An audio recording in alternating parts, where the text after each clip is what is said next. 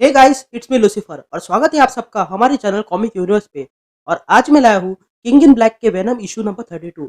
दोस्तों, ये सीरीज हमारी किंग इन ब्लैक की सीरीज की टाई इन इशू है, जिसमें हमें पता चलेगा कि आखिर एडी ब्रॉक के साथ क्या हो रहा है। तो पिछले वेनम के एपिसोड में आपने देखा कि नल ने वेनम को एडी से अलग कर दिया था और एडी को मारने के लिए नीचे फेंक दिया था। अब आगे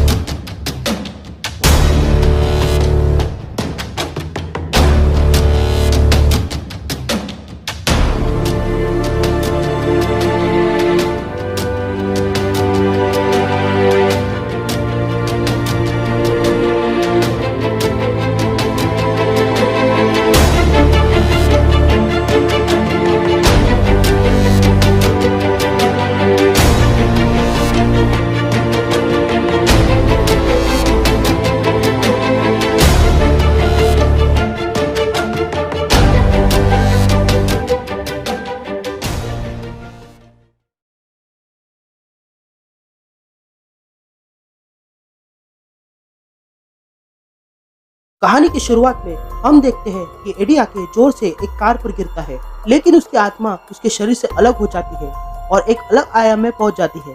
तभी एडी कहने लगता है, मैं अपनी जिंदगी में बहुत बार गिर चुका हूँ और कितनी बार ऐसे गिर चुका हूँ कि मुझे लगा था कि मैं दोबारा कभी उठ नहीं पाऊंगा, लेकिन फिर भी मैंने हार नहीं मानी।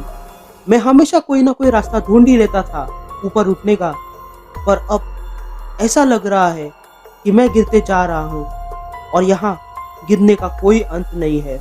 मैं ऊपर देखता हूँ तो मुझे सिर्फ अंधेरा दिखाई देता है। मैं अपने आप को देख पा रहा हूँ। मेरा शरीर, मेरा फिजिकल फॉर्म जो अभी भी इस दुनिया में लटक रहा है, उसे देखकर मैं चिल्लाते जा रहा हूँ और तब तक चिल्लाऊंगा जब तक कि मेरे गले से खून ना निकले।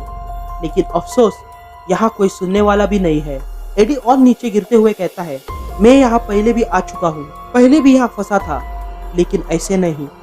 जब कार्नेज ने मुझे आइलैंड ऑफ बोन्स में फंसाया था, तभी भी मैं वहां से निकल पाया, क्योंकि मैं जानता था कि कुछ तो मुझसे जुड़ा हुआ है जो मुझे बचाने में मदद करता है, और वो था वेनम।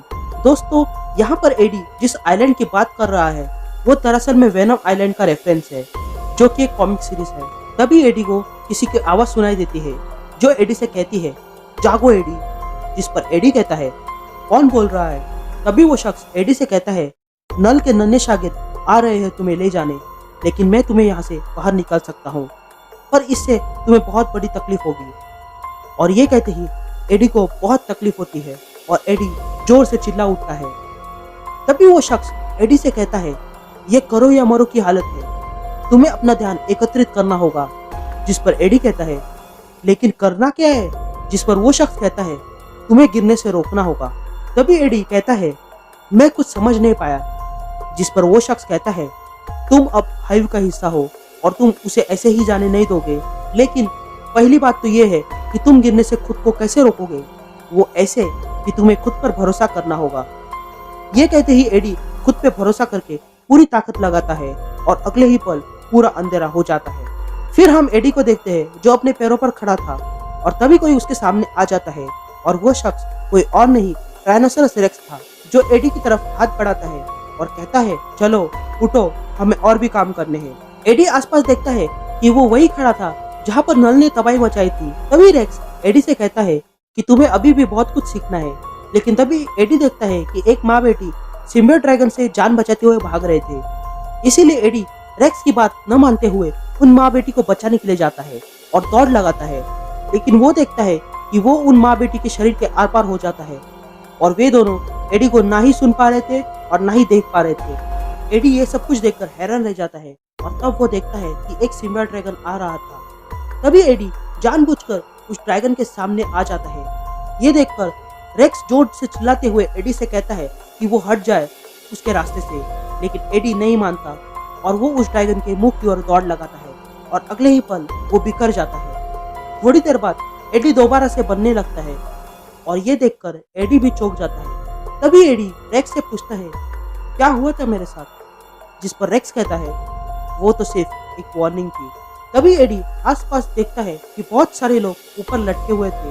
तभी एडी रेक्स से पूछता है कि हम कहाँ पर है, जिस पर रेक्स एडी से कहता है इतने मासूम मत बनो, तुम्हें पता है तुम कहाँ पर हो। तभी एडी कहता है हे भगवान, ये तो हाईवे, उसने सारे लोगों को यहाँ लाया। जिस पर रेक्स कहता है हाँ, और कहने में बुरा लग रहा है कि यहाँ सिर्फ आम नागरिक नहीं है बल्कि कुछ सुपर हीरोज भी है।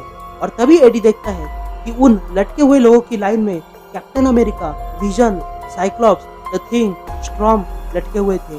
एडी इन सबको वहां देखकर खुद को ही दोषी मानता है, जिस पर रेक्स एडी से कहता है कि इसमें तुम्हारा कोई हाथ नहीं था, तुमने अपनी तरफ से बहुत कोशिश की थी। तभी एडी को गुस्सा आता है और कहता है नहीं, मैं पहले भी यहाँ जेल में फंसा था और उसमें से निकल भी पाया था, लेकिन कोई ऐसा रास्ता होना चाहिए जिससे कि मैं यहाँ से निकलकर अपने बेटे के पास जा सकूं। तभी रेक्स एडी से कहता है तुम खुद को ही देख लो, तुम्हारे पास तो शर्ट भी नहीं है। तभी रेक्स एडी से कहता है ये पहले जैसा नहीं रहा, अब तुम एक कोडेक्स बन चुके हो, एक याद जो सारे सिम्बियोट्स रखते हैं अपने होस्ट की जब वो उनसे जुड़ते हैं, लेकिन वो असली नहीं है, ये तो सिर्फ उनकी आत्मा है।